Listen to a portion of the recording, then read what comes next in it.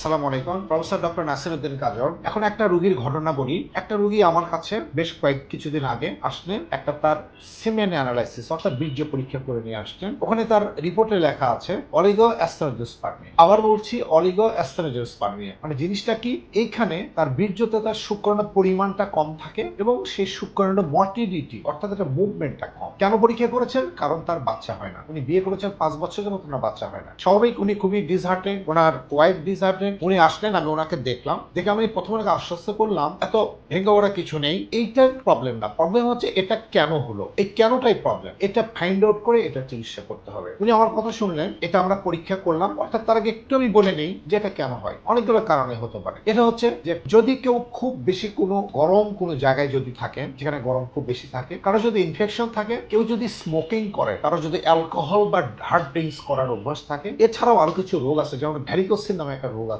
এটা যদি হয়ে থাকে তাহলে এটা সাধারণত বেশি হয়। তারপরে ওনাকে দেখলাম, দেখে আমি পরীক্ষা নিরীক্ষা করলাম এবং করে দেখলাম যে ওনার দুই পাশে ভ্যারিকোসিল আছে। আবার বলছি দুই পাশে ভ্যারিকোসিল একটা রোগ, মানে যেটা অন্ডকোষে যে রক্ত নালীগুলো এগুলো ফুলে মোটা হয়ে যায়। তো দুই পাশে তার আছে। আমি ওনাকে বললাম যে আপনি এইটা অপারেশন করলে আপনি বীর্যের কোয়ালিটি ভালো হবে, সময় লাগবে, কয়েক মাস সময় লাগবে, বীর্যের কোয়ালিটি ভালো হবে এবং আমি আশাবাদী আল্লাহর রহমত বাবা হতে পারবেন বাচ্চা। উনি চিন্তা ভাবনা করে বাসায় চলে গেলেন। ১ মাস পর উনি আবার আসলেন, আমি ওনার অপারেশন করে দিলাম, করার হয়ে গেছে। এখন প্রথম অপারেশন করার ৩ মাস পরে ওনার আমি একটা সিমেন অ্যানালাইসিস করলাম, করে দেখলাম যে আগে যা ছিল তার চেয়ে কোয়ালিটি তার অনেক বেড়ে গেছে। অর্থাৎ তার স্পার্ম কাউন্টও বেড়ে গেছে, তার মর্টিলিটিও বেড়ে গিয়েছে। এখন এইটা আমি আবার আসলে ওনাকে ৬ মাসে আবার আমি একে অ্যানালাইসিস করব। আমি আশাবাদী যে তার কাউন্ট এবং মর্টিলিটি আরো বাড়বে এবং খুব শিগগিরই তিনি বাচ্চা বাবা হতে পারবে। সো এই ধরনের প্রবলেম হলে এত ভেঙে পড়া কিছু নেই। আপনারা ডাক্তারের কাছে আসবেন, অ্যান্ড্রোলজিস্ট, তাহলে আমরা পরীক্ষা নিরীক্ষা করে রিজন মানে কারণটা বের করে তার ট্রিটমেন্ট করে আপনি ভালো থাকবেন। ধন্যবাদ।